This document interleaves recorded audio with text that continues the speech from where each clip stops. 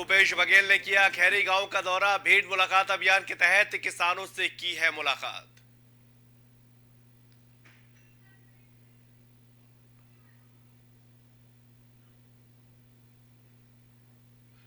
बिलासपुर में जल जीवन मिशन योजना में एक बड़ा घोटाला निकल कर आया सामने। जल संसाधन के ई को किया गया है निलंबित।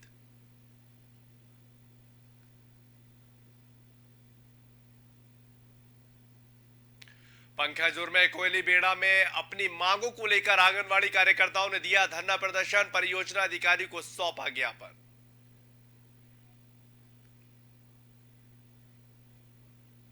जोशीमठ में लगातार हो रहे भूधसाव से स्थानीय लोगों में दहशत का माहौल। अपना घर छोड़कर पलायन करने पर मजबूर हुए हैं लोग।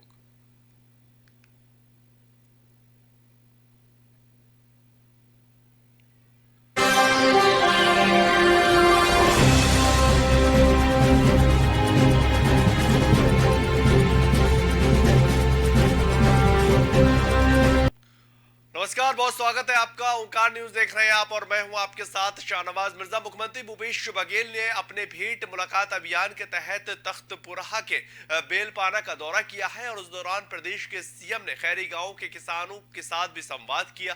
प्रदेश के सीएम के पहुंचने पर किसानों और उनके परिजनों ने तिलक और आरती कर और शॉल भेंट कर उनका स्वागत किया है। और इस मुलाकात के दौरान सीएम ने किसानों से खेती के संबंध में जानकारी ली और प्रदेश के विकास योजना के संबंध में भी चर्चा की गई। और इस मौके पर जिला प्रभारी जयंत सिंह अग्रवाल और संसदीय सचिव डॉक्टर रशीम आशीष सिंह भी वहां पर मौजूद रहे हैं।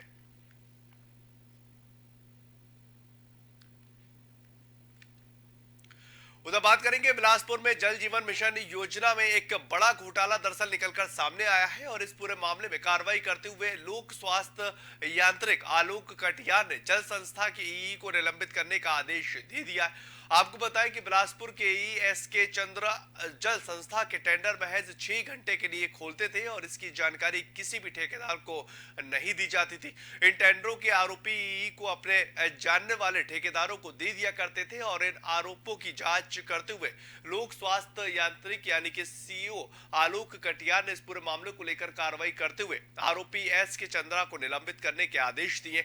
इसके साथ उन्होंने अधिकारियों से विकास योजना में किसी भी तरह की कोई भी लापरवाही मिलने पर सख्त से सख्त कार्रवाई करने की चेतावनी भी दे डाली है।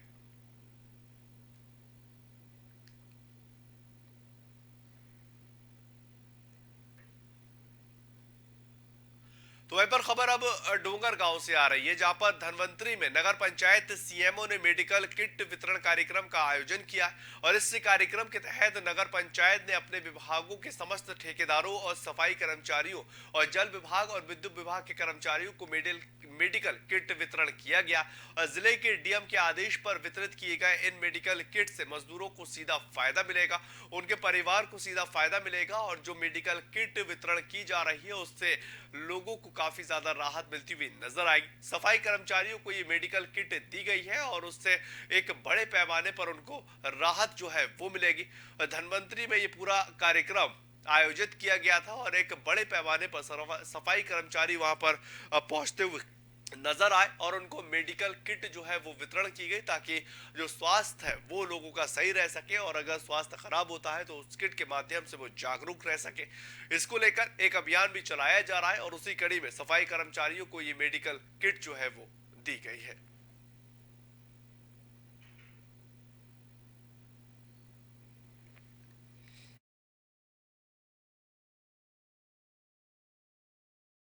कलेक्टर महोदय के निर्देशानुसार हमारे नगर पंचायत में आज किट का वितरण किया गया। ये धनवंतरी मेडिकल किट है जिसमें माननीय मुख्यमंत्री जी का भी फोटो लगा हुआ है और जितना भी हमारे साइट चल रहे हैं नगर पंचायत में वो जितने ठेकेदार हैं सभी को एक एक किट अपने साइट पर रखना है। उसके तहत आज सभी को दिया गया और उसके पश्चात हमारे सलाम सेंटर है, गौठान है, जहाँ पे महिलाएं काम कर रही हैं वहाँ पे भी हमने एक एक किट उपलब्ध कराया है उनको। और बचा हुआ एक नगर पंचायत में आगे बढ़ेंगे, बात करेंगे पंखाजूर की, जहां पर कोयला बेड़ा विकास खंड में अपनी मांगों को लेकर आंगनवाड़ी कार्यकर्ताओं ने अनिश्चितकालीन धरना दिया है और प्रदर्शन कर रहे आंगनवाड़ी कार्यकर्ताओं ने आंगनवाड़ी पर्यवेक्षिका पद पर तैनात अनीता वार्दे का तबादला करने की मांग की है। अपनी मांग को लेकर आंगनवाड़ी कार्यकर्ताओं ने अनुविभागीय अधिकारी और परियोजना अधिकारी पंखाजूर को ज्ञापन भी सौंपा।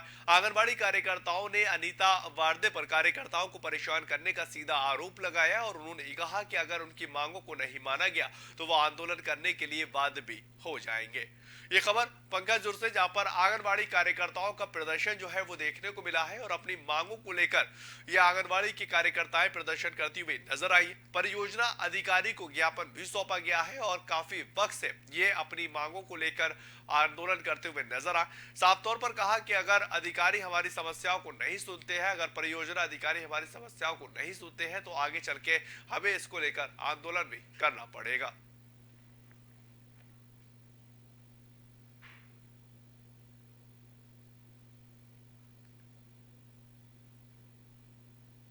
वजह है कि यहाँ भारती मैडम हमारे परियोजना में यहाँ से 3 बार ट्रांसफ़र हो चुकी है, परंतु उनको जहाँ ट्रांसफ़र हो रहा है वहाँ भेजा नहीं जा रहा है। और इस बार भी यहाँ पे ऐसे ही हुआ है कि इस बार भी ट्रांसफ़र हो गई है, परंतु उनको बिना भेजे ही हमारे यहाँ संगम सेक्टर में उनको प्रभार में दिए गए हैं। और उनसे हम ये जितने कार्यकर्ता हैं आज हड़ताल में बैठे हैं, सभी कार्यकर्ता बहुत परेशान हैं। किसी का मोबाइल को देख लेती है, किसी का 9:30 बजे से पहले उनका हाजिर हो जाती है जाके वहाँ ड्यूटी में। हाँ, और जाके बोलती है कि हम जब यहाँ प्रभार में आए हैं तो देखेंगे कि काम कैसे करते हो, देख लेंगे, ऐसे करेंगे वैसे करेंगे, ऐसे बोलती रहती है। उसका जो आंदोलन चल रहा है, श्रीमती वार्दे, अनीता वार्दे जो परियोजना है जो यहाँ से हटाने के सवाल में यहाँ पर हम लोग बैठे ही है। सभी कार्यकर्ता सब टोटली दोनों संयुक्त मंच की ओर से बैठा गया है। तो क्या है कि मैं आप लोगों के माध्यम से बताना चाहूँगी कि इससे पहले श्रीमती वार्दे जी का 3 बार बरखास्त हो चुका है। पहले जब बरखास्त हुआ उन्होंने एक लिस्टिंग बनाया करते थे। कैसा लिस्टिंग बनाया करती थी वो क्या है, दूरा चावल चाहिए, हैंड लेबली चाहिए, पॉन्स पाउडर चाहिए, यानी जितना और उनके घरेलू संबंधी वो क्या है लिस्टिंग किया करती थी। तो बात करेंगे बाकाबंड ब्लॉक के जीतगिरी में एक कार्यक्रम का आयोजन किया गया है और कार्यक्रम में विधायक लकेश्वर बघेल ने शिरकत करते हुए मां सरस्वती की पूजा अर्चना कर बच्चों के उज्जवल भविष्य की कामना की है।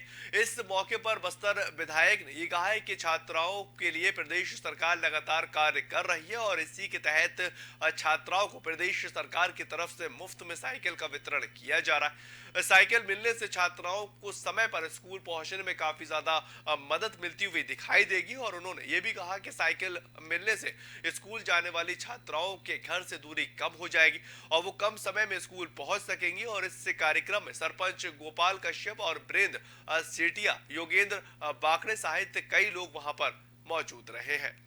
ये तस्वीरें आप देखिए, साइकिल का वितरण किया गया और बाकाबंड की ये पूरी खबर, जहां पर छात्राओं को ये वितरण किया जा रहा है। विधायक लकेश्वर बघेल ने इसका वितरण किया है और साफ तौर पर ये कहते हुए नजर आए हैं कि जिस तरह से जो छात्र और छात्राओं को ये साइकिल उपलब्ध करवाई जा रही है, इससे छात्राओं को काफी ज्यादा राहत मिलेगी और साइकिल मिलने से स्कूल जाने वाली छात्राओं को घर से दूरी जो है वो कम होती नजर आएगी और वो कम समय में स्कूल पहुंचती नजर आएंगी। इस कार्यक्रम में सरपंच के साथ साथ तमाम लोग वहां पर मौजूद रहे। कुछ में जांच के आदेश भी दिए गए हैं, जांच प्रतिवेदन अभी तक अप्राप्त है, जिससे कहीं भी जांच प्रतिवेदन पूर्ण होकर कार्रवाई अब तक नहीं हुई है, बट मैं उनको देख रहा हूँ, जल्दी कार्रवाई हो जाएगी सर। और प्रकरण के बारे में पता कर लेता हूँ, एक बार प्रकरण देख लेंगे, उसके बाद में उस पर बोलना उचित है। जानकारी संपूर्ण शहरी क्षेत्र के अंतर्गत जानकारी ली जा रही है, टीम का गठन कर दिया गया है और शीघ्र ही अवैध प्लाटिंग वालों के ऊपर कार्रवाई प्रस्तावित की जाएगी। सर, एसडीएम साहब ने भी नगर पालिका को कार्रवाई के लिखा था, एफआईआर के लिखा था, लेकिन अभी तक नहीं किसी पर कार्रवाई हुई, नहीं एफआईआर हुआ। क्या कारण है कि नगर पालिका कार्रवाई करने से पीछे हट रहा है? नगर पालिका पीछे नहीं हट रहा है। नगर पालिका ने उनके ऊपर कार्रवाई के लिए पत्राचार किया हुआ है, पत्राचार किया था। अब शीघ्र ही इस पर और कार्रवाई की जाएगी। आगे बात करेंगे सरायपाली के स्वर्गीय राजा वीरेंद्र बहादुर सिंह महाविद्यालय में स्वर्ण जयंती जयंती समारोह का आयोजन किया गया है और इस कार्यक्रम में विधायक किस्मत लाल ने मुख्य अतिथि के तौर पर शिरकत की है।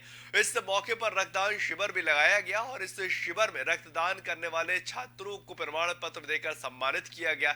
इस मौके पर विधायक किस्मत लाल ने लाइब्रेरी के लिए विधायक निधि से 5 लाख रुपए की मदद देने की घोषणा की और इस मौके पर उन्होंने कार्यक्रम में शामिल सभी शिक्षकों और छात्राओं को बधाई दी। ये खबर सराय पाली से, जहां पर स्वर्ण जयंती समारोह का आयोजन हुआ है और रक्तदान शिविर का ये पूरा आयोजन किया गया। बड़ी संख्या में छात्रों ने इसमें शिरकत की है और शिरकत करने के बाद जो विधायक निधि है उससे विधायक साहब 5 लाख रुपए की मदद देते हुए भी नजर आए। आपको बताएं किस्मत लाल वहां पर पहुंचते हुए नजर आए और इस कार्यक्रम में किस्मत लाल ने 5 लाख रुपए की आर्थिक मदद दी है। कार्यक्रम में विधायक किस्मत लाल मुख्य अतिथि के तौर पर थे और इस मौके पर रक्तदान शिविर में काफी लोग जो है वो आते हुए नजर आए थे। इस शिविर में रक्तदान करने वाले छात्रों को प्रमाण पत्र देकर सम्मानित भी किया गया है और तमाम लोग जो है उन छात्रों का मनोबल बढ़ाते हुए नजर आए। 5 लाख रुपए की मदद की घोषणा जो है वो विधायक साहब ने की है और इस मौके पर उन्होंने कार्यक्रम में शामिल सभी शिक्षकों और छात्रों को बधाई दी है। इस महाविद्यालय का बहुत ही महत्वपूर्ण कार्यक्रम है। हमारा यह कॉलेज शैशवावस्था से उत्तरोत्तर आगे बढ़ रहा है। हम 50वीं सालगिरह हमारे महाविद्यालय का मना रहे हैं। यह महाविद्यालय जब शुरू हुआ उस समय हमारे जो सरायपाली के सम्माननीय बुजुर्ग हमारे बुजुर्ग लोग थे।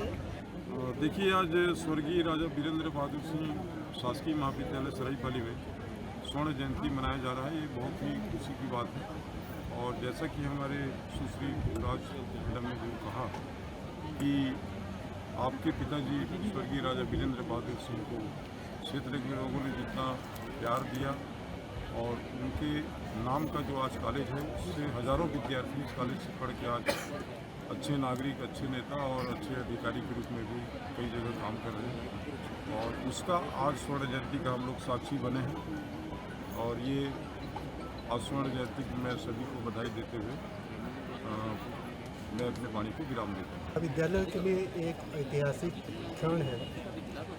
50 वर्ष के बाद इस स्वर्ण जयंती उत्सव महाविद्यालय में आया है और सभी छात्र छात्राएँ, स्टाफ, भूतपूर्व जो एकेडमी के सदस्य हैं और हमारे सारी समितियाँ गदगद हैं, उल्लासित हैं और हम लोग प्रयास कर रहे हैं कि इसको एकदम आकर्षक ढंग से जो है मनाएं। मैं हमारे जनभागीदारी समिति के अध्यक्ष महोदय माननीय विधायक जी का आभार। तो इस पर आगे बढ़ेंगे, बात करेंगे प्रदेश में हुई पटवारी पेपर लीक मामले को लेकर सियासत अब लगातार गर्माती जा रही है और पटवारी पेपर लीक को लेकर कांग्रेस लगातार सरकार के ऊपर हमला भी बोल रही है। कांग्रेस के नेताओं ने एक बार फिर से पटवारी पेपर लीक मामले में सीबीआई जांच कराने की मांग को दोहराया है और हरिद्वार प्रेस क्लब में कांग्रेस के विधायक रवि बहादुर और यूथ कांग्रेस के प्रदेश अध्यक्ष सुमित्र भुल्लर ने एक प्रेस कॉन्फ्रेंस का आयोजन किया। इस दौरान उन्होंने प्रदेश सरकार पर आरोप लगाते हुए ये कहा है कि उत्तराखंड लोक सेवा आयोग अब लीक सेवा आयोग बन चुका है और प्रदेश सरकार लगातार उत्तराखंड के युवाओं के भविष्य के साथ खिलवाड़ करती हुई नजर आ रही। आए दिन सरकारी भर्तियों में धांधलियां हो रही है और प्रेस कॉन्फ्रेंस करते हुए राज्य सरकार में पटवारी भर्ती सहित पिछली सभी भर्ती घोटालों में सीबीआई जांच कराने की मांग की है। इसी के साथ उन्होंने प्रदेश सरकार को चेतावनी देते हुए ये कहा है कि अगर प्रदेश सरकार ने पटवारी पेपर लीक की सीबीआई जांच नहीं कराई तो कांग्रेस के कार्यकर्ता प्रदेश सरकार के खिलाफ सड़क से लेकर सदन तक आंदोलन करने पर मजबूर होंगे। जैसे ही पटवारी घोटाला संज्ञान में आया, अगले ही दिन यूथ कांग्रेस ने लोक सेवा आयोग के दफ्तर का घेराव करने का काम किया। पूरे प्रदेश भर में हमने प्रदर्शन करने का काम किया। हमारे कांग्रेस के वरिष्ठ से वरिष्ठ नेताओं ने भी अपने स्तर पर धरना प्रदर्शन करके सरकार के खिलाफ आवाज़ को बुलंद करने का काम किया और आज फिर सरकार ने लीपापोती करते हुए कुछ दिन परीक्षा टालने का काम किया। लेकिन हमने कुछ दिन टालवाने की बात नहीं कही थी। हमने कहा था कि जांच होनी चाहिए और जब तक दूध का दूध पानी का पानी नहीं हो जाता, जब तक इस प्रदेश के नकल माफिया की कमर नहीं तोड़ दी जाती, जब तक सब सलाखों के पीछे नहीं हो जाते, तब तक युवाओं को हमारी संस्थाओं पे भरोसा पुनः जागृत नहीं होगा और तब तक हमें परीक्षाएं नहीं करानी चाहिए। कई सारे बच्चे ऐसे हैं जो सालों से तैयारी कर रहे हैं, जिनकी उम्र एज फैक्टर हो रहा है, उनकी उम्र निकल रही है और यहाँ पर पेपर लीक हो रहे हैं, तो उनके भविष्य के साथ खिलवाड़ नहीं होने दिया जाए। इसलिए कांग्रेस ने ये मन बनाया है कि वो इस लड़ाई को लंबा लड़ेगी और जितनी पुरानी भर्ती घोटाले हुए हैं उनकी भी जांच करवाने का सीबीआई से मन बनाया है और हम सरकार पर पूरा दबाव डालेंगे, सड़क से लेके सदन तक की सीबीआई। आगे बढ़ेंगे, बात करेंगे प्रदेश के आपदा सचिव रंजीत सिन्हा ने एक प्रेस कॉन्फ्रेंस का आयोजन किया है और उन्होंने जोशीमठ में राहत कार्यों की जानकारी देते हुए बताया कि जोशीमठ में हो रहे पानी का रिसाव लगातार घटता जा रहा है। इसी के साथ जोशीमठ में अब तक 258 परिवारों को विस्थापित किया जा चुका है और इसके साथ प्रदेश सरकार ने जोशीमठ का अध्ययन कर रही सभी तकनीकी संस्थाओं के साथ वहां के हालातों को लेकर चर्चा भी की है। इसके साथ जोशीमठ के पुनर्निर्माण को प्राथमिकता में रखने के लिए सभी संस्थानों को निर्देश भी दे दिया गया है और आपदा सचिव ने प्रेस कॉन्फ्रेंस के दौरान ये बताया कि जोशीमठ में राहत कार्य जो है वो लगातार जारी है। 258 परिवारों को विस्थापित किया जा चुका है और जिनके घरों में दरारें आई हैं उनको भी देखा जा रहा है, उनको राहत पहुंचाई जा रही है और इसको लेकर खुद उत्तराखंड के जो मुख्यमंत्री हैं पुष्कर सिंह धामी वो नजर बनाए हुए हैं और किसी भी तरह की कोई भी दिक्कत अगर परिवार वालों को हो रही है तो उनको तुरंत राहत सामग्रियां जो है वहां पहुंचाई जा रही, जिससे उनकी जीवन शैली जो है वो चलती रहे और स्वास्थ्य को लेकर भी लगातार कोशिश की जा रही है कि वहां पर स्वास्थ्य व्यवस्थाएं भी दुरुस्त हो सके, क्योंकि जोशीमठ एक ऐसा मामला उत्तराखंड के लिए बनता हुआ नजर आ रहा है जो भू धसाव के कारण काफी बड़े पैमाने पर लोगों को दिक्कत देता हुआ दिखाई दे रहा है।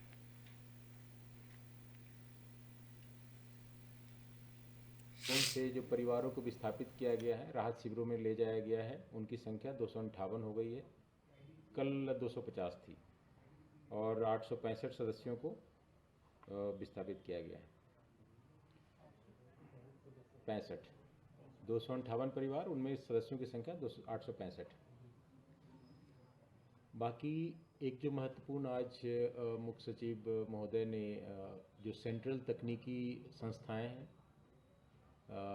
जो जांच कर रही है वहाँ पे उन सबके डायरेक्टर और हेड के साथ एक वीसी हुई, जिसमें उनको कुछ जांच को किस तरह से प्रायोरिटी देना चाहिए उन मुद्दों पे वार्ता हुई। जो सुरक्षा आगे बढ़ेंगे, बात करेंगे जोशीमठ दीव नगरी में लगातार हो रहे भूधसाव से स्थानीय लोग काफी ज्यादा दहशत के साए में रहने को मजबूर हो रहे हैं और जोशीमठ में हो रहे भूधसाव की वजह से अब जोशीमठ दीव नगरी से लोग पलायन करते हुए नजर आ रहे हैं। आपको बताएं कि जोशीमठ दीव नगरी इस वक्त पूरी तरह से खतरे की जद में है और जोशीमठ में हर तरफ से भूधसाव जो होता हुआ नजर आ रहा है और भूधसाव के कारण अब लोग यहाँ से पलायन करने पर मजबूर हो रहे हैं और काफी दिक्कत लोगों को होती हुई नजर आ रही, लेकिन जो गवर्नमेंट है वो राहत पहुंचाती हुई दिखाई दे रही है और भूधसाव से लोगों के अंदर जो दहशत बनी हुई है उस दहशत को कम करने का प्रयास किया जा रहा है। पलायन को मजबूर लोग जो है वो पलायन करने पर मजबूर हो रहे हैं। स्थानीय लोग जो है वो लगातार ये कोशिश कर रहे हैं कि हमारी मदद तो होती नजर आए और जो प्रशासनिक अधिकारी हैं वो भी लगातार मदद करते दिखाई दे रहे हैं। हम जा रहे हैं यहाँ से मायके की तरफ। कितने जाने का मन नहीं कर रहा तो क्या करें, जाने पड़ेगा। कितने सालों से थे आप जोशीमठ यहाँ में? हम 15-20 सालों से थे। कितना दुख हो रहा है आपको इस वक्त दुख तो जोशीमठ बहुत है छोड़ हमें। प्रयाग के रहने वाले हैं, यहाँ विगत 10-12 सालों से रह रहे थे। यहाँ हमारा बिजली का दुकान भी था और हम ये बिजली के काम भी करते थे, लेकिन इतना दुख हो रहा है यहाँ से जाने के लिए कि मन ही नहीं कर रहा। हम तो 3-4 दिन से तैयार हो रहे पर क्या करें, बिस्तर उठाने का मन नहीं कर रहा। क्या करें, इमरजेंसी में जो दरारें पड़ रही हैं उनसे हमको बहुत डर लग रहा है। ऐसा लग रहा है कि अभी तक खिसकेगा तभी। तो वहीं पर जोशीमठ में हो रहे भूधसाव से स्थानीय लोगों की दिक्कतें लगातार बढ़ती जा रही हैं और भूधसाव की वजह से जोशीमठ दीव नगरी सुनील वार्ड में रहने वाले 3 परिवारों के आशियाना जो है वो जमींदोज हो चुका है। इससे मकानों की मोटी मोटी दरारें दिख रही हैं और इसकी वजह से पीड़ित परिवार को अपना घर छोड़ने पर मजबूर होना पड़ रहा है। इन तस्वीरों को आप देख सकते हैं कि किस तरह से ये 3 परिवार भूधसाव की वजह से अपना घर छोड़ने पर मजबूर हो रहे हैं और इनकी जो पूरी जिंदगी की मेहनत थी वो कहीं ना कहीं बर्बाद होती नजर आ रही है।